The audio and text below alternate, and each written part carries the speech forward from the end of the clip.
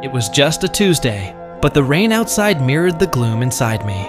I was still reeling from last week's massive professional failure, and every little thing felt heavy. The long line, the cold coffee cup, the crushing doubt. I felt completely defeated, like I wasn't good enough to handle even the smallest tasks anymore. As I was digging through my bag, mentally preparing to apologize for holding up the line, the barista simply smiled and said, "It's on the house today. Someone already paid it forward for you. Have a great morning." That small, completely unexpected kindness stopped me cold. It wasn't about the cost. It was about realizing that even when your world feels broken and hopeless, people still choose to be good. Suddenly, the crushing weight lifted just a little. That simple act reminded me that failure doesn't define us, but how we respond to the world does. So, as you head into your week, remember to look for those tiny moments of light.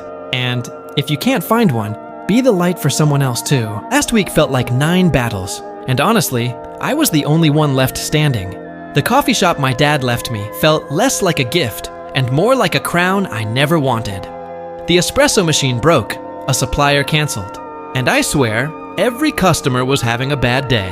I was ready to just lock the doors for good. Then, on Friday, a little girl drew a picture of me on a napkin, calling me the super coffee lady, and handed it to me with the shyest smile. Suddenly, the burnt-out light bulb and the pile of bills didn't seem so daunting. It wasn't about winning every battle. It was about showing up for the one person you might make a difference for. So, whatever your battles are this week, remember to look for those little moments of light. They're there. You've got this. The old bakery on Main Street was my dream, but a year in, it was sinking. Every bill was a tidal wave, and I was drowning. The final blow was selling my grandfather's vintage dough mixer, the heart of the shop. To everyone else, it looked like I was giving up, packing it in. Handing over that gold felt like the ultimate defeat. But that money wasn't a surrender. It was a lifeline. It bought me time. Time to breathe, to rethink. Time to simplify the menu. To bake the simple bread my grandma taught me. The recipes I truly loved. Slowly, people started coming back, not for fancy pastries, but for the smell of honest warm bread. What looked like weakness was actually my quiet investment in a new beginning. So this week, if you feel like you're taking a step back, remember this. Sometimes you're not retreating. You're just buying time for your comeback. Keep going. Remember Sarah? Just last week she was standing on Main Street, feeling utterly deflated. That big grant she needed for her little bakery renovation fell through, and she honestly felt like maybe her dream wasn't meant to be. It was one of those moments where the doubt is so loud, it drowns everything else out.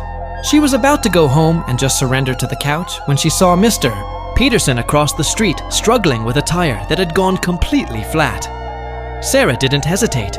She crossed over, grabbed the jack, and helped him get the spare on. Mr. Peterson didn't just offer a quick thank you. He looked her right in the eye and said, "Sarah, you always show up when people need you. That kind of grit is going to take you farther than any bank balance ever could." In that moment, it wasn't about the failed application anymore. It was about realizing her value wasn't tied to a single outcome, but to the constant, persistent strength she had to keep offering goodness. That little moment of kindness completely shifted her focus. So as you head into this week, remember Sarah's story. Don't measure your success only by the big wins. Look for the small opportunities to be kind, and know that your perseverance is powerful, even when you feel depleted. You've got this. Have a truly wonderful and encouraging week. The old bakery hadn't sold a single loaf all morning. For a year, I thought I'd finally made it. Lines out the door, the smell of success as sweet as cinnamon. I called it my victory. But this quiet morning felt like a surrender.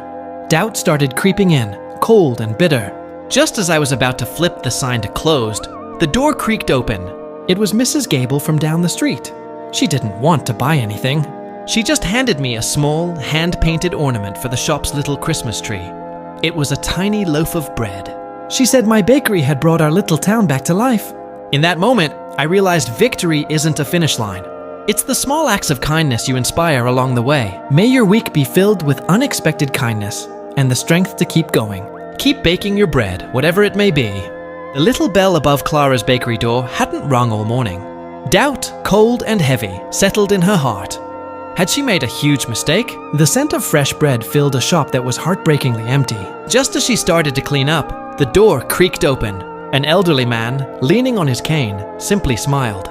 He said, "I don't have much of a sweet tooth, dear. But every day, your baking makes this whole street feel like home." He didn't buy a thing, but he left her with everything. Clara looked at her quiet little shop, not as a failure, but as a small, warm light on a lonely street. This week, maybe your biggest wins won't be loud or flashy. Maybe they'll be the quiet moments of kindness you give or receive. Look for them. I hope you have a wonderful week.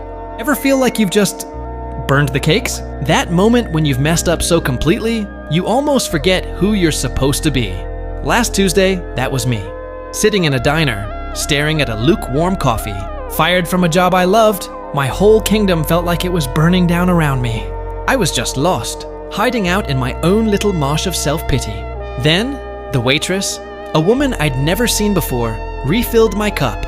She looked at me, really looked, and just said, "Tough day, huh? Don't worry, tomorrow's a new one." She didn't know my story, but her simple kindness was everything. It was a tiny spark in the dark. It reminded me that even when we feel forgotten, even when we're at our lowest, a new day is always coming. So this week, if you feel like you're in the wilderness, look for that little spark. It's there. Have a great week, everyone. I want to tell you about Sarah, who runs the little used bookstore down the street. Things had been hard. After a slow winter, she was staring at the empty shelves, thinking about closing the doors for good. The doubt was heavy, whispering that her dream wasn't strong enough to survive reality. One gloomy Tuesday, an older gentleman, Mr. Henderson, came in. He browsed for a while but didn't buy anything. Yet, as he left, he handed her a small folded note. It just said, "Thank you for keeping the light on for us readers." Sarah read that note 10 times. It wasn't money, but it was perspective. She realized she wasn't just selling books. She was providing comfort and a quiet space for her community. That simple act of gratitude instantly broke through the despair. She knew then that her value wasn't tied to her sales ledger. When you face your own battles this week, remember Sarah. Look for the small lights, the little moments of connection, because those small acts of kindness are the foundations you build your strength on. Don't let doubt win. Have a wonderful and hopeful week, and don't forget to follow for more inspiration.